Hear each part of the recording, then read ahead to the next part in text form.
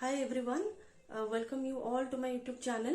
तो आज किसी मु शेयर करी जोटा मु निजे एक्सपेरिमेंट करछि मो निज स्टडी जर्नी रे। ओके, जदि आपण माने कॉम्पिटिटिव पे प्रिपेयर होचंती तो गोटे काम करंतु, सब बेले limited source and multiple revision उपरे बिलीव करंतु। कहीं ना आपण जदि लिमिटेड सोर्स रखिबे आपण को ओवरलोडेड लागिबनी। जो भी जिनस जो भी सोर्सेस आपण फॉलो करछंती सेटा को आपण को जते बेले रिवीजन करूछंती सेटा इजी हबो।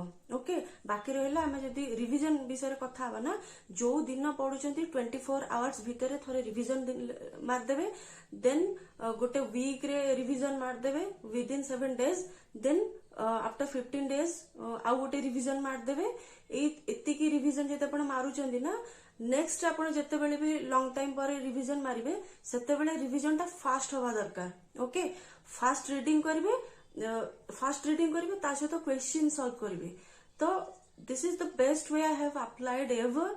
ओके, एंड आपण भी ट्राई करंतु, निश्चित भाବରେ गुड रिजल्ट मिलिबो।